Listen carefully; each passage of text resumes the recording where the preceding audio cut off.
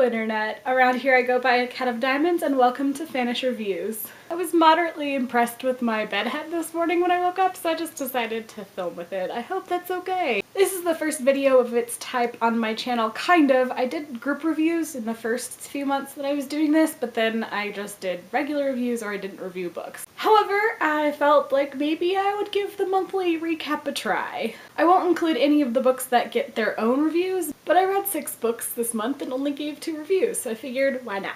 The first 2 books were books 2 and 3 of the Healer series by Maria V. Schneider. I don't remember when I read the first one in that series, probably 2013. So it had been a while, but I love Maria V. Schneider. First off, it was pretty easy to get back into the series. It took maybe a few chapters to get back into the political environment. I remembered the characters really well, but I didn't really remember where in the story we were. And I think she does a really good job of recapping past events that are still important now. Scent of Magic is the second one, and it's told in 2 voices the whole time.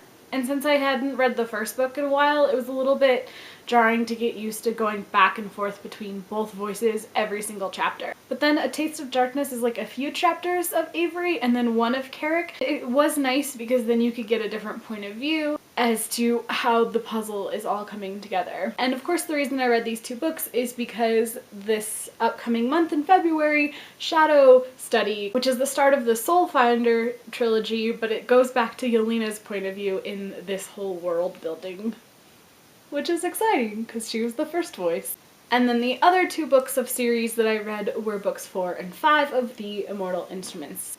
I read the first 3 books of the Immortal Instruments series in 2010, all in April, so they were like boom, boom, boom, boom, and I hadn't touched it since. I had bought City of Fallen Angels outside of the box set, and it just sat on my shelf. Like in all of those videos that it's sitting behind my head, I had never once touched it. It was just sitting pretty on my shelf. And now I live here and I don't have any of those books anymore because of the move. I got them from the library. While it was pretty easy to pick up where it left off, I liked City of Fallen Angels, but it just didn't pull me in. I cared about some of the characters, but Clary and Jace's relationship troubles really just got on my nerves. I don't know why particularly. I can't pin that down like I think I do, but it's just, I don't really want to go into that. I rated Fallen Angels a 3 on Goodreads. So then going into Lost Souls immediately, I would probably give that actually a 3.5 on Goodreads, even though I gave it a 3 because there's no 0.5 numbers, because it was better as far as, I guess, storytelling and how interested I am in this world.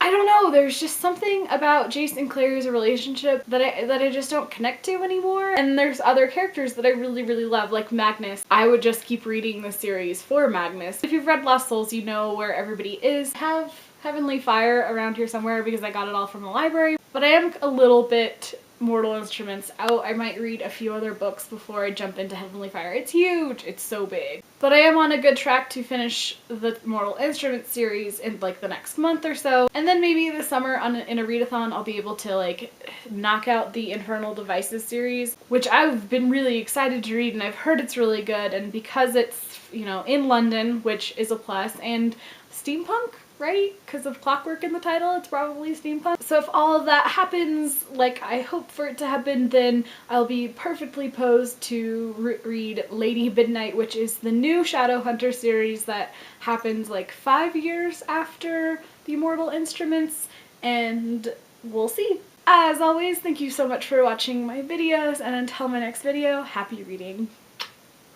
I recently finished reading Wildflower by Alicia Whitaker. Back in early 2014, I went to a book festival, the Southern Kentucky Book Festival, I believe. Yeah.